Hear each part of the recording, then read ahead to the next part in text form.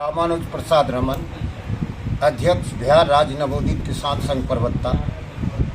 31 अगस्त को एक बिहार सरकार द्वारा जो भू सर्वे चलाया जा रहा है उसके विरोध में किसानों का व्यापक प्रदर्शन आयोजित कर रहे हैं प्रखंड सह अंचल कार्यालय के समक्ष। मुद्दा है मेरा कि हमारे पुरखों ने, किसानों के पुरखों ने जमींदार से जो जमीन अर्जित की थी, इतने दिनों से निर्विवाद रूप से उस जमीन को जोत रहे थे, आबाद रहे थे, उससे फसल पैदा कर रहे थे और बाल बच्चे के सुखद भविष्य का निर्माण कर रहे थे, उसके जीविका का पालन कर रहे थे।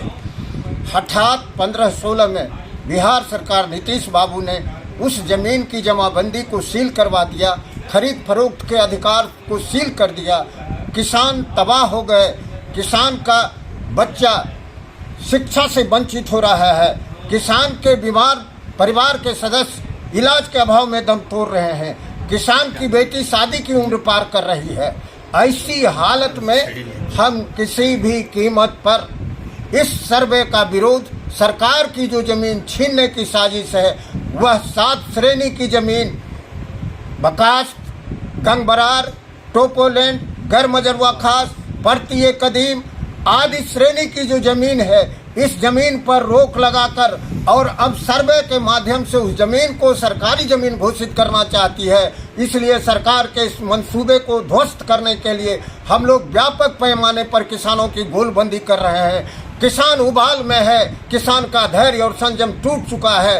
अब किसान दो हाथ करने के लिए सड़क पर उतर चुका है और प्रथम चरण के आंदोलन की शुरुआत हम 31 अगस्त से प्रखंड कार्यालय से कर रहे हैं। उसके बाद दूसरे चरण का आंदोलन हम अनुमंडल कार्यालय में करेंगे। तीसरे चरण का आंदोलन हम जिला स्तर पर कलेक्ट्रेट के सामने करेंगे। चौथे चरण का आंदोलन हम राज्य पैमाने पर करेंगे। और उसके बाद अगर इतने पर भी सरकार किसानों के इस दुख दर्द को नहीं सुनेगी, सरकार अपना इरादा नहीं बदलेगी, तो हम अनिश्चितकालीन आंदोलन पंजाब और हरियाणा की तर्ज पर अपना टेंट लगाकर बरसों बरस तक आंदोलन चले, किसान उसमें मर जाए, मिट जाए, लेकिन जब तक अपने हक को हासिल नहीं करेगा, अपने मांग को हासिल नहीं करेगा, यह आंदोलन अनवरत चलता रहेगा।